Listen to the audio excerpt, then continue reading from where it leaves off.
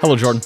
Listen, Mike, everyone needs to listen up very, very carefully. We have a huge sale coming in February.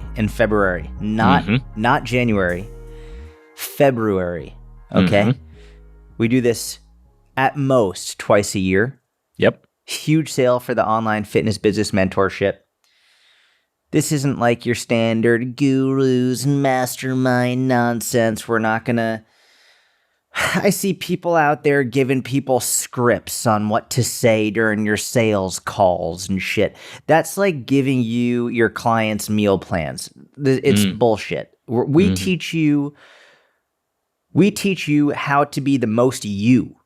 Okay? We're not giving you a script. We're not saying, hey, say this for the most sales and to most get the lead gen bullshit.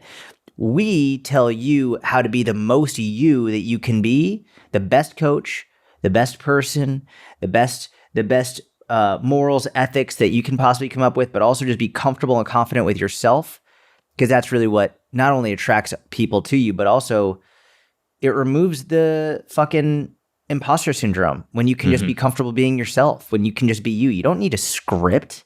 You just need to be an amazing coach who wants to help people and comfortable being yourself. So huge, huge sale for the Online Fitness Business Mentorship coming in February.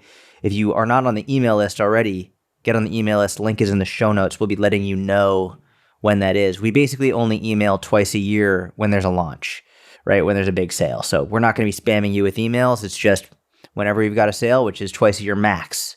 So get on that email list and we'll see you in February. Or if you want to pay full price, you can do it right now. That'd be great.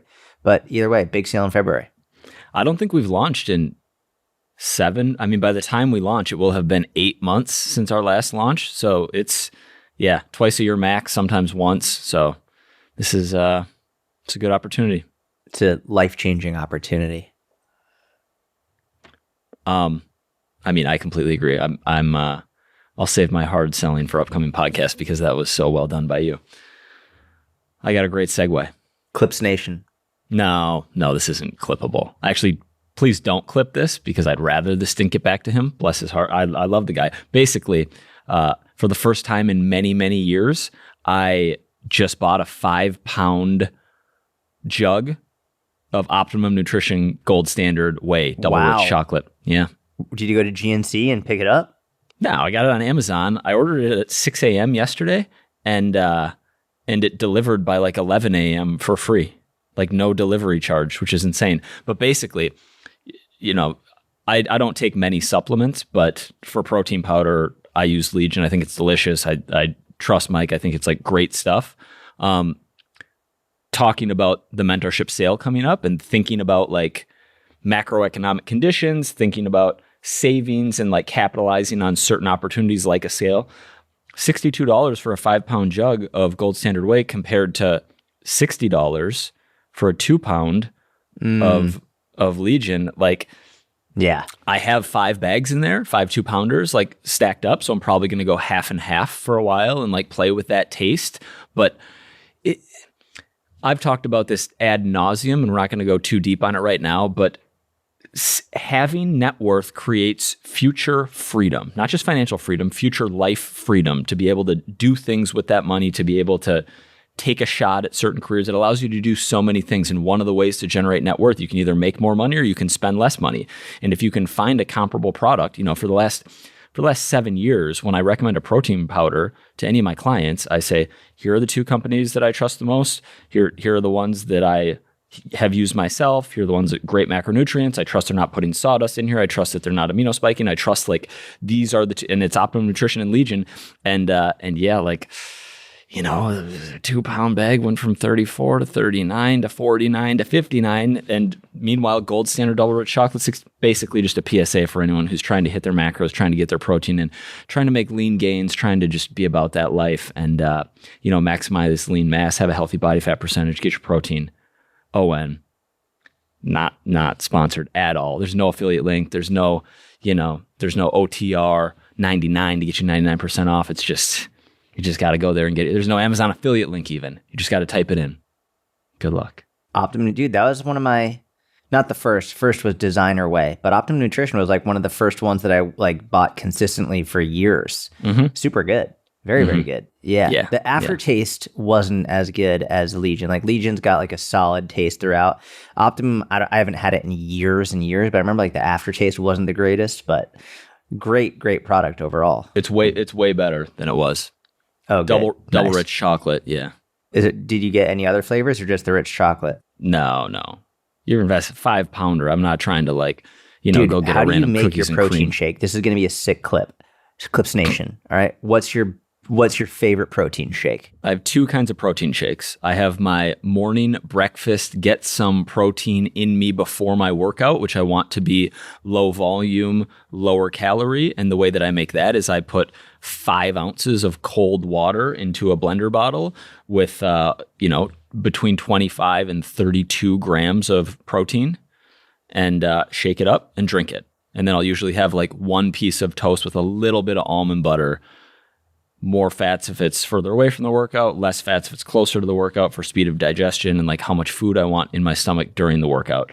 The other kind of protein shake that I'll make is more of a meal replacement, which is just convenient, macros in my control, like can add chia seeds for fiber, can add more peanut butter, almond butter if I want it higher fat, lower fat. And the way that I make that one, there's actually 2 of them historically that I've made. One is a higher fat and one is a higher micro, lower fat, slightly higher carb. But the one I've been having is a chocolate peanut butter. Take the Vitamix or any blender. Although Vitamix I've had my Vitamix for 6 years. And so like the ROI on that's pretty insane because other blenders had broken down a lot for me. But like very little, maybe 4 ounces of almond milk, ice cubes, and you can use any liquid, any milk you want there. 2 scoops of protein powder, probably between 1 to 1.5 servings of a nut butter, any nut butter, and then 1 to 2 bananas, depending on how filling you want to make it and how high carb you want to make it. And I actually like the texture that adding chia seeds gives it. If you have like a few extra fats and you want to get some fiber in there, I'll do 2 tablespoons of chia seeds, or not. And yeah, that's like a awesome, the chocolate protein powder works way better in that protein shake. Wait, so that whole thing only has 4 ounces of liquid in there and that blends up really well? Yeah. Oh, did I mention the ice? Yeah, the ice as well. Yeah. Like a lot of ice. Yeah, a solid amount of ice.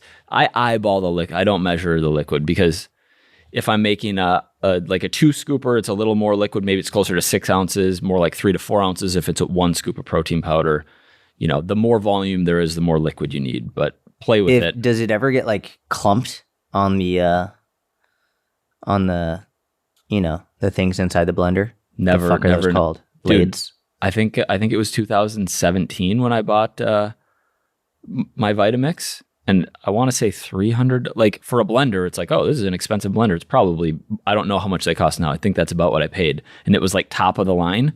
It's unbelievable. The consistency, the cleaning process is easy. It's powerful, huh? Yeah. Got it. So no, it's always like very dialed, very good texture. $300. Dude, you want to see us do some math? Check this out. All right, $300. Put 2017. Put your phone down. No, I'm using my math. I'm using my calculator. That's not you doing math. Dude, this is me knowing how to do the math is the important part, Michael. Like every teacher always said, you're not going to have a calculator in your pocket. And I'm like, haha, Mrs. Burkle. Now I've got a fucking calculator in my pocket. You can do 300 divided by 6. Hold on. No. I'm not doing 300 divided by 6. Oh, actually, that's exactly what I'm doing, aren't I? Yeah. 300 all right, that's 50. No. 50. Good job. Yeah. Yeah. No, I know it's all right. Hold on. Now I'm fucking this whole math equation up. I distracted you. No. That's not what I was going to do. $300. No, I was going to do. Hold on. I was going to do. $1 per day. Yeah, $1 per day. Exactly. Let's see so I was going to do what 365 times 6. 50. 365 times 6. That's 2,190. 17 cents. So 2,190 divided by 300. Is that 7.3 cents per day? Is that right? Should be 17 cents a day. $50 a year 52 weeks in a year, dollar a week divided by 7. Oh, divided by 7, 13 cents a year?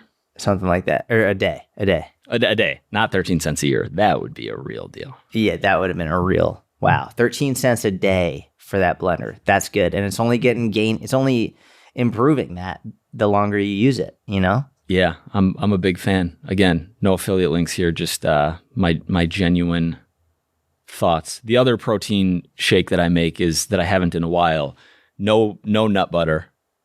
Throw in half a container of either raspberries or blackberries and use vanilla instead of chocolate protein powder. And the berries plus banana plus vanilla protein powder, ice, and milk of your choice. Like, that's a delicious low fat one. You get the fiber without the fats of the chia seeds. Like, it's a staple. It's been a while though. Man, I like that one. That one sounds more up my alley. I like that. What's your protein shake go-to?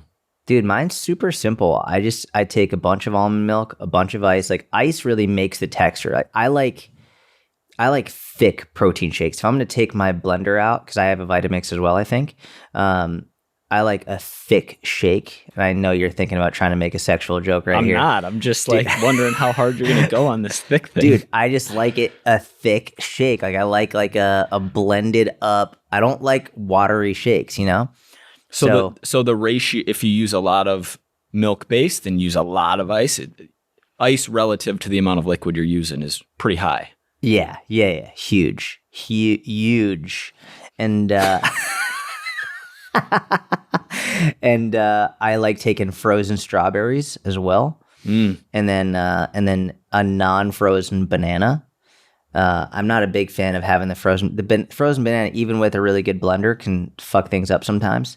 So I'll take a non-frozen banana, a lot of ice, a lot of frozen strawberries. I'll take really any protein powder, unless, like, whether it's vanilla, chocolate, strawberry banana. Legion's strawberry banana is unbelievable. Like, and if I'm making a strawberry banana shake already, I'll add that one in as well. And then I'll add what else? I said that. Sometimes I'll add in a nut butter. Usually not, though. Usually, like, that's literally it, and I'll just blend that up, and I have a huge fucking thing. Sometimes I'll put some mint leaves in there. Some mint leaves, like, give it a nice little fresh boost, but a little freshness boost. So yeah, that's pretty much it. I love that. I love that. Such high convenience, measurable, trackable, easy way to get protein in. It's like such a no-brainer. Yeah, man, we're dialed in. It is a no-brainer. Where should we go with this? You're leading the way. Do you have an I can't prove this but? No, I didn't come loaded with it. No. But you have an I can't prove this but. So what's yours? All right. So many moons ago on the How to Become a Personal Trainer podcast, Jordan and I started a segment that was going to be full episodes called We Can't Prove This, but ... where we had things where the current body of evidence does not fully support the claim we were trying to make, but our intuition, anecdotes, personal experience, like everything told us that this was true. And the episode got a very lackluster response. I don't think it was anyone's favorite. I think people were confused about what we were doing, but you and I enjoyed it. And dude, I love that episode. It was one of my favorites. And I just had a random one. Maybe it'll be an ongoing segment, like once a month in one episode, we just drop it in. Who knows? But I can't prove this, but... Okay, I got it. I have my notes right here. I can't prove this, but I believe that calorie cycling with total calorie intake controlled, I believe that cycling between higher calorie training days and lower calorie rest days leads to better body composition than consuming the exact same number of calories per day every single day. I agree with you. Go off. Say why. Dude, though I don't even have like good claims on the why, or good I don't have a good place to plant. I have two places to plant my flag. Neither I'm super confident in, but I'll say both. So the first, and by the way, like we've gotten into this weird space in the evidence-based community where it's like calories are all that matter for fat loss, and like just make sure your total calorie, you know, like a bank account. And I get it, and I like it. And for the majority of people, like that is what matters most, right? You want to move the big rocks first, like get that down before you're majoring in the minors, et cetera, et cetera, et cetera. However, and then it became like, okay, so the reason we like calorie cycling is because there are psychological benefits. Like it gives you, and those are true, they exist. Like it gives you higher calorie days. If you have a holiday, if you just want to eat more one day and then eat less another day, like that's more freeing. That's more like, increases adherence for a lot of people. Like that's better than having to stick to the exact same number every single day. I agree with that. That's not part of this. What I think here. And I guess the two reasons I think this are first, your like it actually doesn't make sense because muscle protein synthesis. I'm so shit on podcasts. 104 episodes in. I'm terrible. Dude, I'm trash. You're the best. No, leave this, David. Leave every minute, please. It's a one-take show. Basically, the thought process behind it is that being in a surplus in the hours closer to your post-workout window are more beneficial for muscle growth than the hours further away from your post-workout window. When I say post-workout window, I don't mean the 15 minutes after while you're at the gym where you try and cram all your shit in. I'm talking about like a 12 to 24 hour window. We'll even call it 24. Call it a 24-hour window after your lift. Being in a surplus during those hours and getting adequate protein during those hours seems like it would be more beneficial to maximize muscle growth from that lift compared to hours 24 to 48 and hours 48 to 72 and 72 to 96. Like basically what I eat in the 24 hours following a workout is more beneficial toward recovery from that workout than what I eat a week later as it relates to that workout. Mm-hmm. Okay. So by being in a surplus in the 24 hours after that window and a deficit from hours 24 to 48 after that window leads to a net calorie balance of being the same as if you were just like at maintenance the day of your lift and maintenance the next rest day. But I think there is an immaterial marginal boost in muscle gain from being in a surplus in the hours closer to your workout rather than further away from your workout that will not materialize into anything after one workout or even after a month of workouts. And I don't even know if this leads to like a pound of lean mass gain in a year of doing it, maybe a pound, maybe less, but over like, if that's your nutritional high level strategy for 20 years, I think that leads to something better for that reason because and now the reason why I'm saying like, oh, that actually might not make sense is because most of the studies have shown that muscle protein synthesis actually peaks 24 hours after a workout. Mm-hmm. So it's like, okay, then why is hour 12 after your lift more important than hour 36 after your lift if peak muscle protein synthesis is 24 hours after your lift? And I don't know. But what I do know is I can't prove this, but I think that having higher calorie post-workout windows and then lower calorie rest days leads to better body composition. What was the other? Oh, and the other reason I think it, and then I'll let you go, is I think there is something, and when we say better body comp, what we mean is less fat and more muscle. I know there's some debate about this out there on the streets of like the like subjective morality. Correct. Yeah. Like no, having a healthy body fat percentage and having more lean tissue and having more strength, these are objectively good things, not subjectively, not like my opinion. They're objectively good. They promote longer lifespan. They promote better quality of life. They promote objectively better aesthetics. Like it is better within reason, right? We're not talking about like, taking grams and grams of steroids but it is better. I think that you have better body composition when you, and I don't know if this relates to insulin sensitivity. I don't know if this relates to calorie partitioning to muscle gain versus fat storage when in a surplus. But when you are consistently depleting glycogen, muscle glycogen storage, and not fully, because like it's really hard to fully deplete muscle glycogen storage. Like it takes way more effort than people think. But when you are at least not like close to being capped out,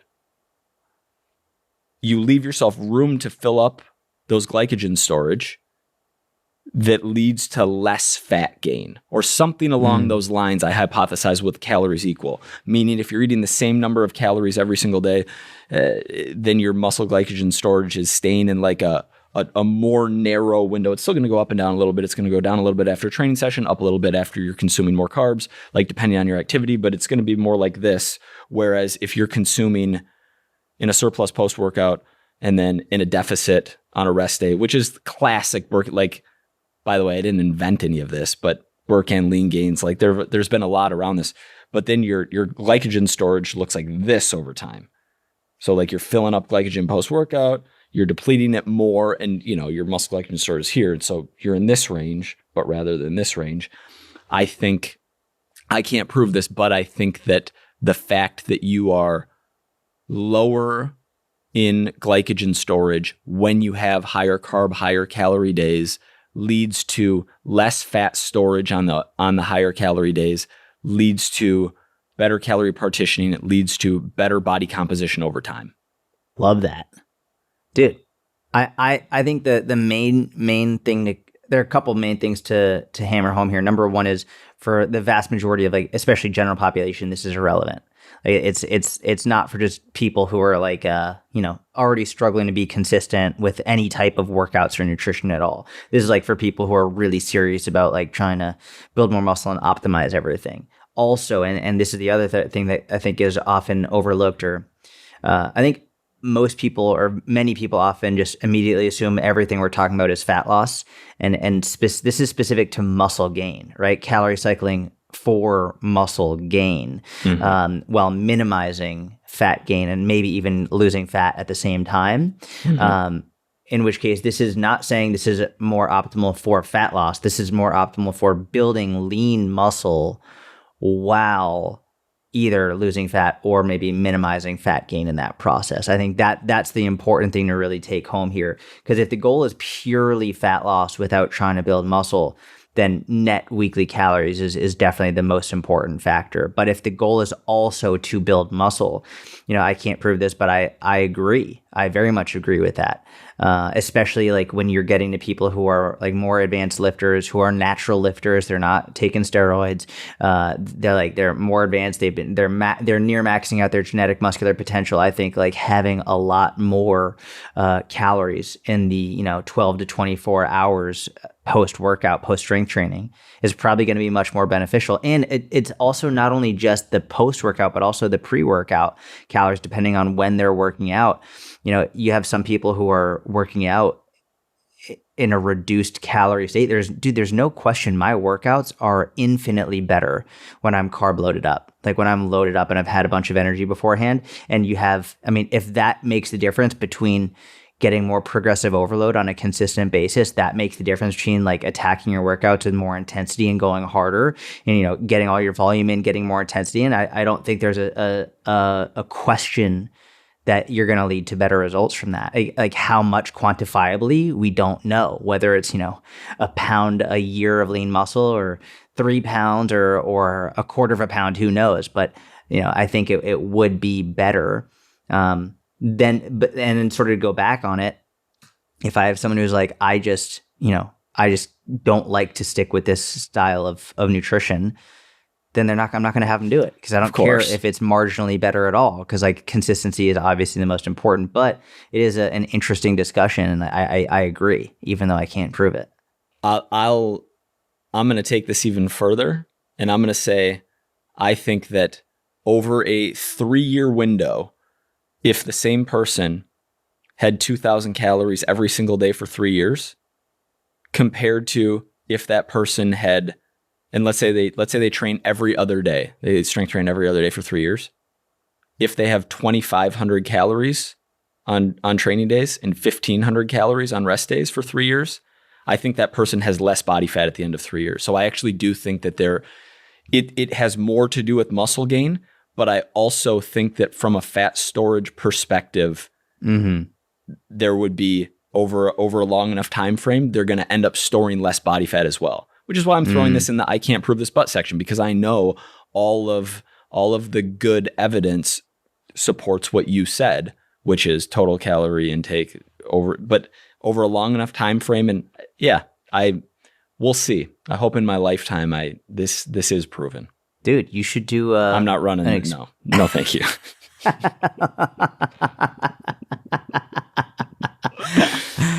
Fair. The thing we don't even need to get into like the whys of that, but just we don't even need to dive into that. 3 years with humans, with enough humans, and I don't even know how much you would have to pay people, because to have accuracy and reliable data, you're going to have that in a controlled setting. And they'd have to be training hard. Yeah. Right? Training hard. They'd have to, that would be, couldn't do that in a metabolic ward. That is for sure. Correct. For 3 years. I mean, you could, but it would be extraordinary. Like, I'm not going to be doing it. Or maybe you can't. Maybe it's illegal. I don't actually know. Like, ethics I don't know the ethics and whatever of else that. you have. Yeah. What else we got, Michael? You don't have an I can't prove this but? No. I mean, I was going to think of one while you were talking, but I just got really caught up in what you were saying, so I don't have one. I appreciate that. No, you're fine. I think that leads to better conversation when there's because in a lot of conversations, especially while making content, the one person's thinking about what they're going to say while the other person's talking. You just take turns giving rants versus more of a talk and listen approach. You know what I will say though? Like, this isn't an I can't prove this but it is something that I think is worth saying, that is like going against a lot of what people say. And people might even think this is going against what I say, but here's the deal. I think there's such a huge push for slow and steady and like slow habit change and just do things super slowly. And I think that it's gotten to a point where it's too fucking slow. I think people are going they've gone to the extreme. I've said it before. I'll say it again. The fitness industry runs on a pendulum of extremes. And the pendulum has swung so far to the like, no, okay, so you need to lose 100 pounds? Okay, so the first thing we're going to do is for the next 6 months, we're only going to focus on your water for the next 6 months. I'm like, for fuck's sake. And then not to mention using that person's example as someone who has to lose 100 pounds, that person has a real case to be made for a rapid fat loss protocol, like drastically reducing calories, doing stuff every single day, like a complete lifestyle overhaul.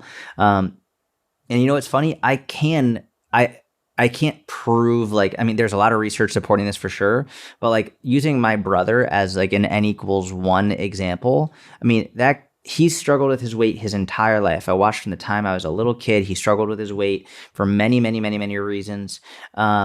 And he tried to lose it, did everything under the sun. And then finally, and there were many factors at play here, but he went cold turkey. He went cold fucking turkey into counting his calories, a pretty severe deficit for the first 6 to 8 months, moving every single day. There were no days off. It wasn't a hard workout, but moving every single day, counting his calories every single day, everything. It was a complete shift. And what's interesting to me about this is if you actually look at research, in terms of alcoholism or drug abuse or stuff like that, we see people go cold turkey all the time and then completely change their life. And oftentimes it comes after hitting this, the rock bottom that we hear about. You have to hit rock bottom, boom, cold turkey. And it's not a slow and steady approach. It's like, hey, this is an immediate thing that today everything changes. It's funny because people say all the time, yeah, I've been this many days sober. I've been this many, to the day. And it's it usually wasn't going from 12 drinks to 8 drinks to 6 drinks to 2. That's usually not how it was. It was usually done I'm going to kill myself. All right, cool. I'm stopping completely. And that's it. And there is definitely a time and a place for slow and steady and sustainable, which I think is more of a lifestyle approach for someone who's already pretty healthy and who already has most things under control. And they just need to maybe have a little bit more realistic idea of how quick progress is going to come. But for someone who's unhealthy and like they're not in a good place, I think for a large percentage, I'm not going to say all, I'm not even going to say most, but a large percentage of them would do better with a complete cold turkey approach of just fucking, hey, I'm all in now. And I don't know a way to screen people for it. I'm not like, I don't know how to figure out which clients are better for or worse, depending on what they put in their intake form. So a lot of it is just trial and error and you trying to figure out what works for them. But that's one of the reasons why I'll start off with someone like, if someone comes to me and they've never counted calories before and they're super overweight, I'll just be like, all right, for the next 7 days, you're counting every single calorie that you put in your mouth, every single one. You're going to track every single calorie. I don't care if it's an ice cube. I don't care what the fuck you put in your mouth. I want you to tell me about it, and I want you to put in an email. And if I see someone who just goes all in on that for those 7 days, I'm like, okay, this person's in. Like, this person's really involved. But if I see the person who after like 12 hours, they're already being inconsistent with it, I'm like, cool, cold turkey probably isn't good for this person because they can't even be consistent for the first fucking day. But I know some people, I've had a lot of people coming to me from programs like, yeah, they were just going too slow. I was ready to jump in, but they were going too slow. So they left and they came to me. It's like, if you aren't aware that different people require different things, and if you're just so averse to giving people more strict guidelines, even if it's what that person needs, then you're going to not help as many people as you could. And you're doing exactly what you say you don't want to be doing, which is you're being very stuck in your ways and you're not understanding that different people have different needs and different preferences and different things that'll work for them. Boom. I just peed that up. I didn't prepare that. That wasn't prepared, bro. That was just like off the top of my dome. I know. You're like Eminem.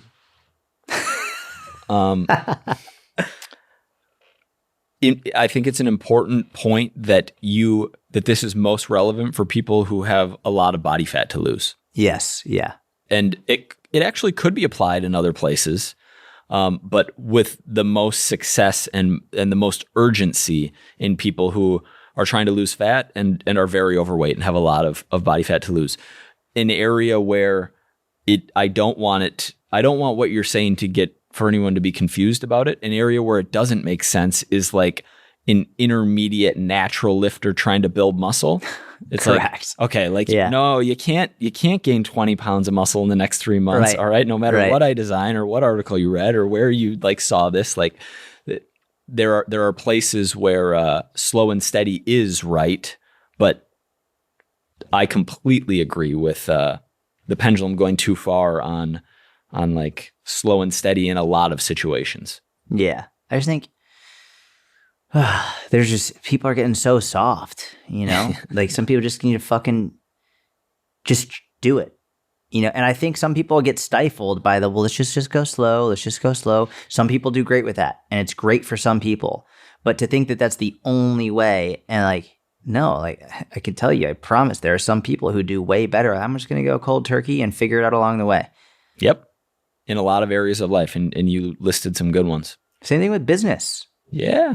Fucking like when Gary had me post 3 times a day every day, it wasn't like, yeah, start off with 1 time a day. And then he's like, no, start posting 3 times a day every single day, no exceptions. Mm-hmm. And that's when my shit took off. Mm-hmm. It's like, just do shit. Do it every day. Multiple times. Or don't. Yeah. Or don't. Yeah, I'm with you. Or do.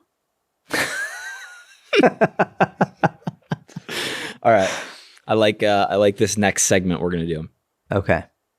If you were a coach starting your business today, what are 5 things that you would do or 5 things that you would focus on? Are we going to go tit for tat? Like I give 1, you give 1, and then I give 2, and then you give 2? Or like, how are we doing this? We're probably going to have some overlap, or you're going off the cuff, I assume. Yeah.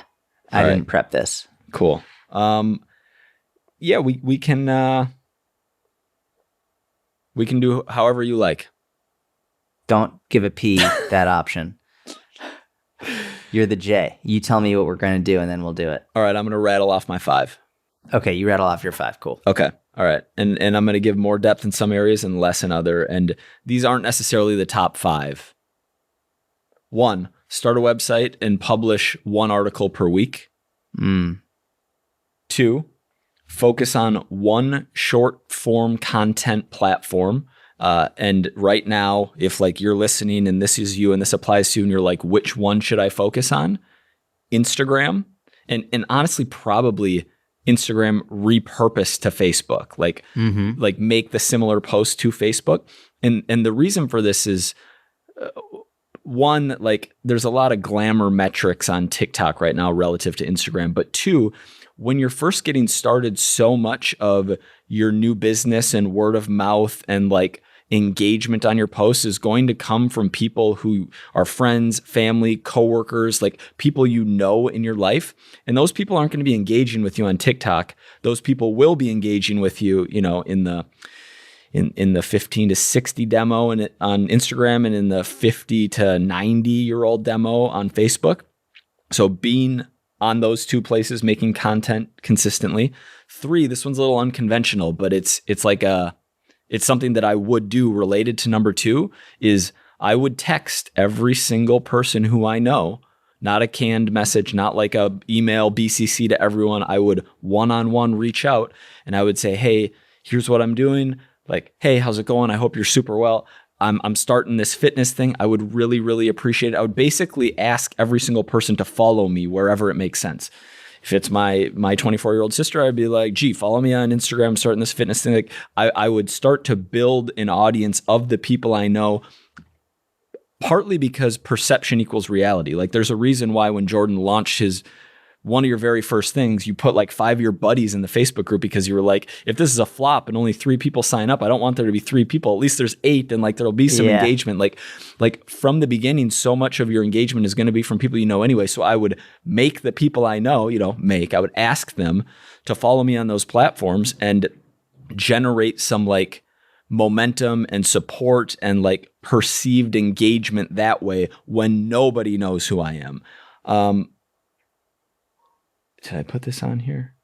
And then like / in that realm, I would also be making, 100 to 300 insightful comments on other people's content in Facebook groups, on Instagram posts, in Reddit, like wherever. It was Yahoo Answers and Quora and like these things back in the day. But basically I would be contributing to conversations where people can then see me and get back to my stuff.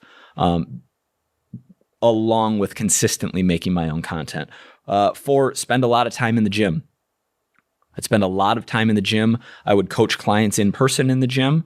I would train myself and take my own training seriously and document it and like walk the talk, which is going to make building your business easier. And that time in the gym with clients, or even if you don't have clients, but getting a job in a gym, essentially, at least a part-time job, and having some in-person coaching makes you a better coach, helps your online business, also gives you an opportunity to generate more content ideas. You see mistakes, you see questions people are asking, you see so you can document your own, you can document other people. You gave Mr. Kenny Santucci a shout out not too far back. I think he does a really good job of like consistently highlighting what his clients are doing in the gym on social. That's such easy content to be making when you're just there working with them anyway. And then 5, I would absolutely dial in my content consumption. So I would only be consuming like really education-based things. When you're first getting started, you need to sink everything into business.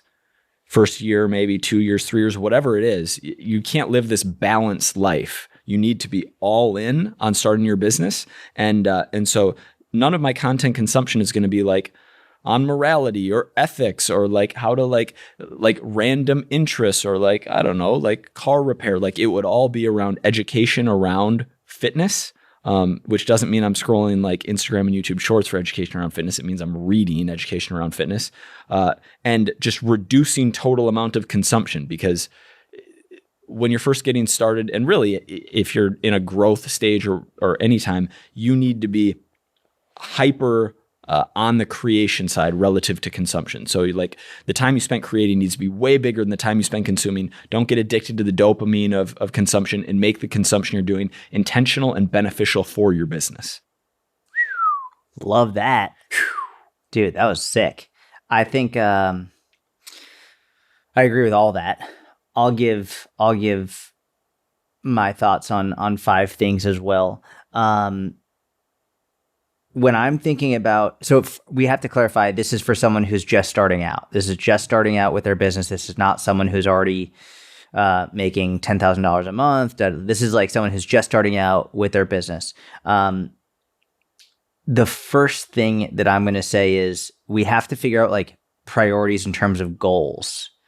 I think it's really important to like have specific goals. So like, like I was reading it. Where was it? I was reading it. I was reading an Instagram post. I think it was yesterday. I follow all these like survival accounts and like all these like, survival fighting, all this stuff. And there was this, I follow this one account called Police Posts, which like if you don't want graphic content, do not follow this account. But it's like documenting like video footage of like, the chest cam footage of police officers as they go out in some really dangerous scenes. And I like it. And the caption in one of them was talking about how you need to have this purpose. You need to have a purpose in terms of, okay, like even if you get in a terrible situation, you always have to know what the purpose is, what your next purpose is. You could take 2 different people of equal skill levels or like completely 0 skill level whatsoever. But if you just tell one of those people what the purpose is, that person will probably fare better simply because they have a direction. They know what way to go. So the person with purpose will always do better than the person without purpose. So with that in mind, I think one of the main purposes that you need to have, there are 2 main purposes a brand new coach needs to have. Number 1 is become a great coach, right? And so going off of what you were saying, Mike, I don't know any great coach. So I know a lot of coaches, a lot of people who call themselves coaches, and I know like thousands of coaches. I don't know any great coaches who got their education from short form content. I don't know any great coaches who got their education from Instagram, who got their education from TikTok, even from YouTube. Frankly, the greatest coaches that I know got their knowledge from reading books. Like real books on these topics. I'm not saying you can't learn from Instagram or you can't learn from TikTok, or you can't learn from YouTube. Obviously you can, but in the same way, like when you put out content on Instagram to help people, you're giving them simple, practical ideas to help them improve right now. You're not teaching them deeper knowledge, understanding, and the philosophy and the science. Like you're not teaching that because they don't need to know that. They just need to know, what do I do to get better? That's a lot of the content that you're consuming about coaching and about coaching people. You're learning the fluff. You're learning the top level stuff. You're not taking the time to actually learn the basics, the foundationals, the fundamentals of what you need to learn and understand to really help you become a better coach. So with that, number 1 is like, you have to read books.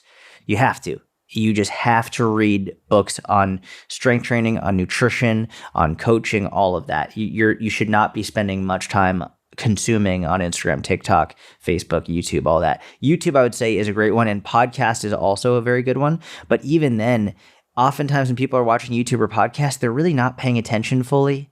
They're often doing other things. They're like looking at notifications. They're texting at the same time. There's other things. When you're reading a book, you have to be fully present. So please, for the love of God, read books. So with that, the first purpose is become a great coach.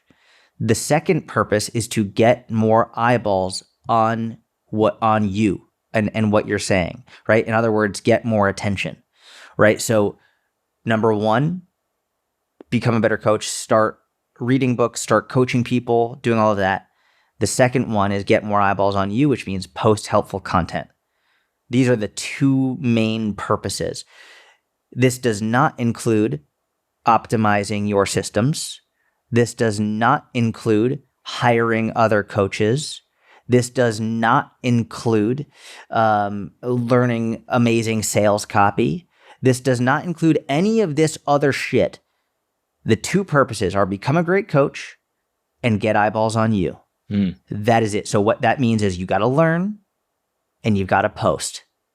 That's it. Over and over and over. And we can get more into the weeds, but I see so many coaches or so many people with a business like, oh, I want to hire new coaches. I want to hire an assistant. I want to hire this. I want to delegate here. I want to learn sales copy. Shut the fuck up.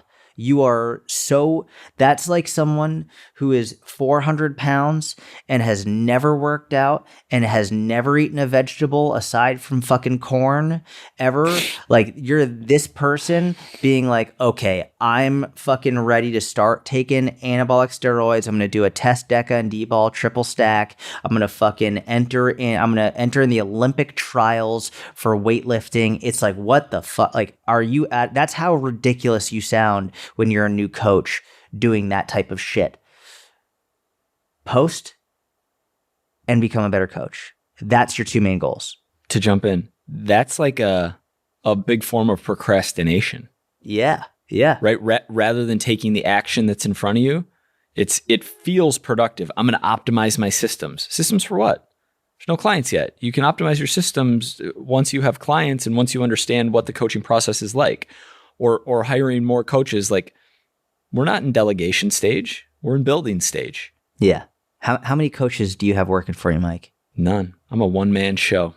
When I was doing one-on-one coaching, I was the only one. I didn't have anyone working for me. Now that I have the inner circle, I've got Susan who helps with the inner circle, and I have Kat who helps with my emails. But that's the team. That's the team. Like, that's it. Like, all these coaches hiring out multiple. Like, I'm not going to say it's wrong, but I think it's a fucking mistake for the vast majority of them. I think it's a big mistake, and it takes away from, because then you become a manager. Now you're a manager, and if you're a new coach, you have no business managing. Like, you have no business managing other coaches when you're a new coach. It's just like, what is that? You don't know what you're doing. You don't know how to coach. So how can you teach other coaches how to coach? How can you make sure they're upholding a high quality of coaching? You've barely done it. In fairness, once you're capped out on clients, and if you don't want to take on more and you have a mass attention on you and you want to scale your business a certain way, hiring assistant coaches is one way to do it. But yeah, I still think it's a shitty way to do it. Yeah, exactly. And we've talked about having assistant coaches versus, building out a more scalable revenue stream like a membership, and the pros and cons of each. We've talked about those before ad nauseum in the mentorship, but I think on the podcast here as well. We don't need to get into that right now. Okay, so should I give my 5 with those two purposes in mind? Okay. Oh, I thought that was 1 and 2. Okay. Well, those are just the goals with that in mind. So I see. So yes. You know what? Okay. Yep, I'm with you. Yeah. So you know what? Those are 1 and 2 actually. The first one is become a good coach, read fucking books and educate yourself. Number 2, post content. So, and I'm very much on board with you there. I think in terms of posting content, you should pick 1 to 2 platforms and just go all in on those platforms. And every day, multiple times a day, post content on them. I think right now, best platforms, Instagram for sure, in terms of like short form content. And then, and if you're going to post on Instagram, you might as well post on Facebook as well. Because like you just might as well. It's an option. It's there, and I think there actually is really good reach available, despite what a lot of people say. I think that it makes more sense to focus on, for short form content, something like Instagram and Facebook. For long form content, when you're just starting out, writing articles. This is going to be number 3. Write articles. This is not debatable. This is one of the most important things you can do for so many reasons. Number 1 is you can't write an article on a topic without learning a tremendous amount about that topic. I should say you can't write a great article on a topic without learning a tremendous amount about that topic. you can write a pretty shitty Instagram post without really knowing much about something. You can write a tweet without literally knowing anything about something.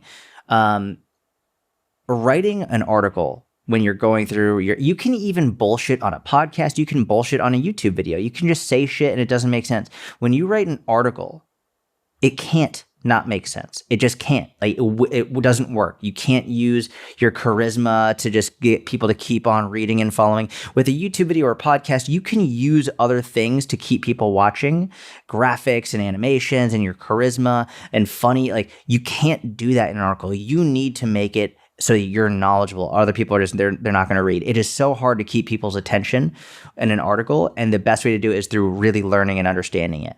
So not to mention, through the process of like great writing is great thinking.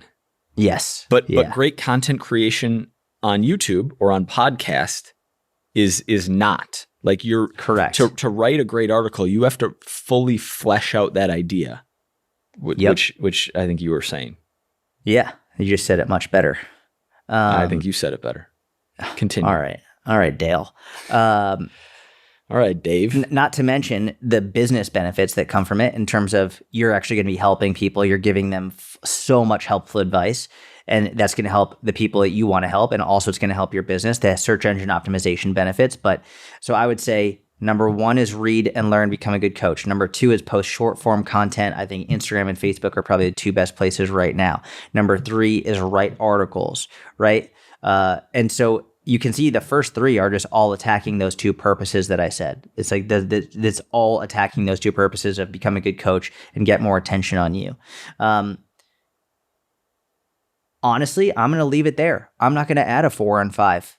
I think if you do those three for 1 to 3 years, you will have a better, more sustainable, and a more profitable business than the 98% of online coaches. I believe that with all my heart and soul.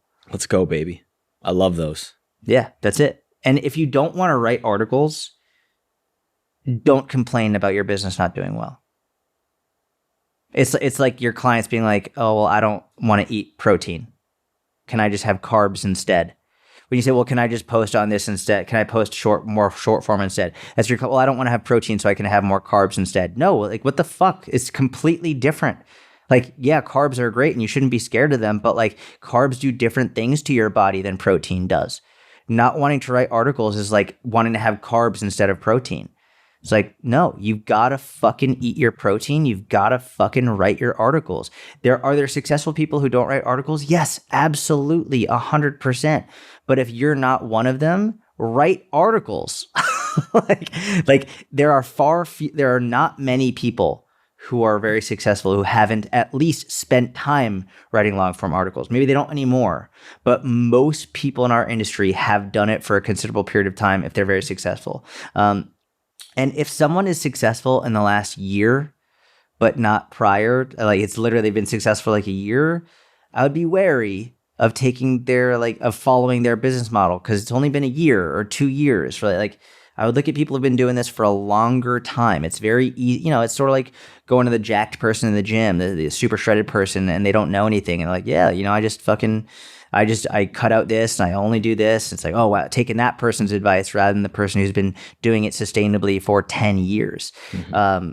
We've watched a lot of people come and go in this industry, a lot of people. And the most successful by far are the ones who've read a lot of books, posted consistent short form content on a couple of platforms, and written articles regularly in a long form format. Even for people who are really good on video, it's so hard to grow a YouTube from scratch with it's easier to organic grow on short form, Facebook, Instagram. And then I don't know if it's a year in, 18 months in somewhere, and you've been writing weekly articles or high frequency articles, then launching YouTube. But like launching a YouTube from scratch with no audience on other platforms is so hard to do. So even for people who are hyper charismatic, good looking, good on video, like being on video, like, utilize those on Facebook, Instagram, but it's just so hard to grow YouTube from the beginning. Yeah. And not only that, it's not only is it hard from the perspective of like understanding the platform, it is the hardest platform to actually make the content on. Like it is, and make good content that reaches new people who don't know you. Like it is like that type of content is very, very time consuming, and it can be draining. And yeah, writing articles is very time consuming and draining as well. But like, it's different on video. It's just very different, and it's sort of like the whole never meet your heroes type things. Mm-hmm. It's like when people can hide behind a screen when they write an article. Maybe you're not comfortable on camera or whatever it is. Writing articles is much more. The barrier to entry is so much lower because you can essentially learn to be yourself. Whereas on camera, on video, like, go back and watch some of my old YouTube videos. You're going to see a very, very, very different person. And like, I don't regret doing it because now I can go back and look at those videos. But realistically, time would have been better spent making other types of content. It just would have. Speaking of,